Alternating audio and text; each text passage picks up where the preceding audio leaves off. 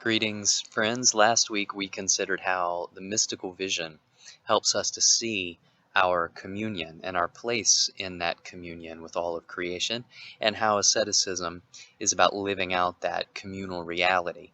And this week, Rasmussen leads us to think about the prophetic and liberation tradition of recognizing what we must do when that mystical vision is violated and that ascetic dream is deferred, as he says.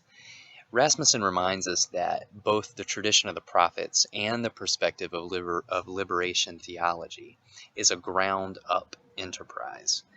That is, the prophets mobilize their people out of a certain prophetic rage, as he says on page 313, and that's a rage against the effects of structural sin on daily and real life. That is, not the fact that there are bad people or that individuals might be morally corrupted, but rather that there is a system or structure that exists by which individuals are being oppressed or disenfranchised from realizing the flourishing of their life. Now, it takes a certain mystical kind of vision to see that structure, and the prophets are the ones who see it and mobilize their people against it. So he lifts up two leaders, Dietrich Bonhoeffer and Martin Luther King Jr., in order to consider their theological and methodological reasoning for being prophets in their own right. Now, of course, Rasmussen employs the thinking of a third, Mohandas Gandhi, in order to explain a link between the two. And through the trajectories of their own theological reflection and social action, Rasmussen demonstrates some main points about the way the prophetic and liberative tradition contributes to the ethic that we need. So the first point is about rights and resistance. Rasmussen reminds us that Bonhoeffer was one of the first Protestant theologians to really talk about the way that structural sin contradicted rights of individuals or rights of a people. And for this rationale, Bonhoeffer relied on the notion of body right, that is, the right that every body has to its fulfillment. This is part of Bonhoeffer's this worldly faith, that each body, each being in their body, has a certain dignity that must be honored. And secondly, King and Bonhoeffer provide different but complementary examples of the resistance that has to be offered against a government that perpetually fails to honor the body right of beings or a group of beings or citizens. So whether it's through a status confessionis of the church in the case of Bonhoeffer or an ecumenical collective action in the case of King, resistance to structural sin is a prophetic call that has to be done for the sake of preserving the whole and the health of the whole. Secondly, theology and theology's relationship to power is a great prophetic and liberation theme that Rasmussen taps into. Rasmussen reminds us that power in itself is not bad. It's actually necessary for getting anything done.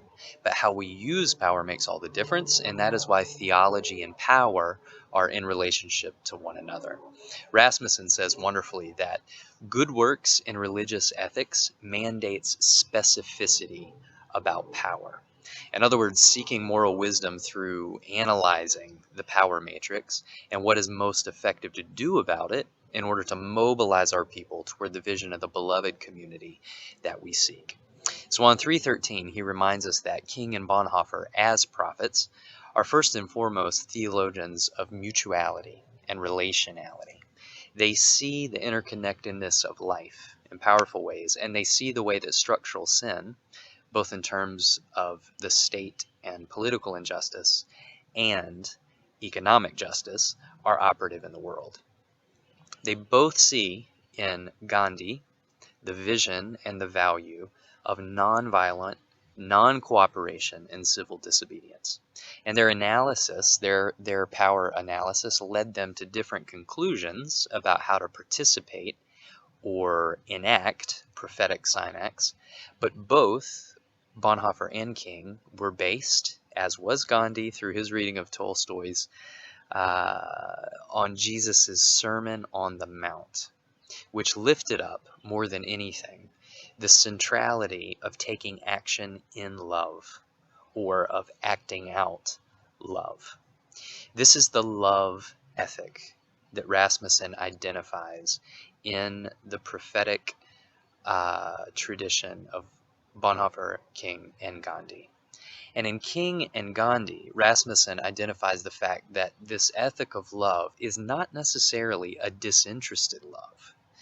Rather, this agape is one that recognizes that the flourishing of every life is integrally related to the lives of others. That's why nonviolence for Gandhi and King become the method that embodies the kind of beloved community that they desire.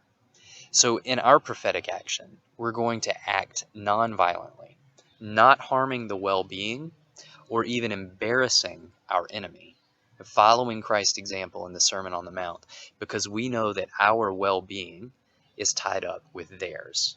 This is Gandhi's Hindu notion of unity that overcomes the Western dualisms that we read about last week.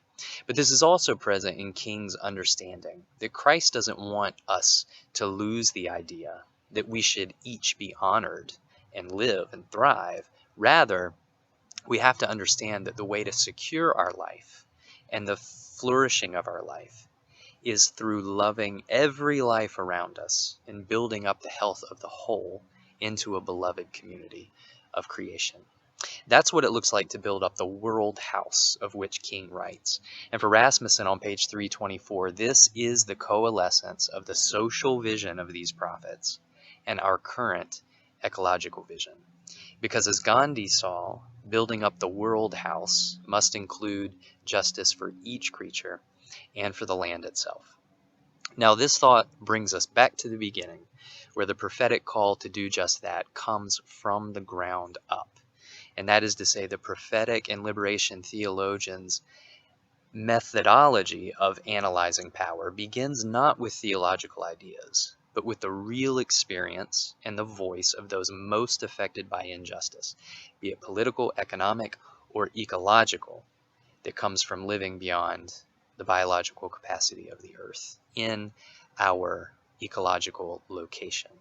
So the prophetic goal is to try to create an ashram, or an ascetic beloved community, in which we can translate their witness into a means of internalizing externalized cost of structural sin, of training or forming the nonviolent life-affirming virtues that we seek to live out, and then organizing all that goodness into a nonviolent power that embodies our moral imagination about what is going to make for life in all creation.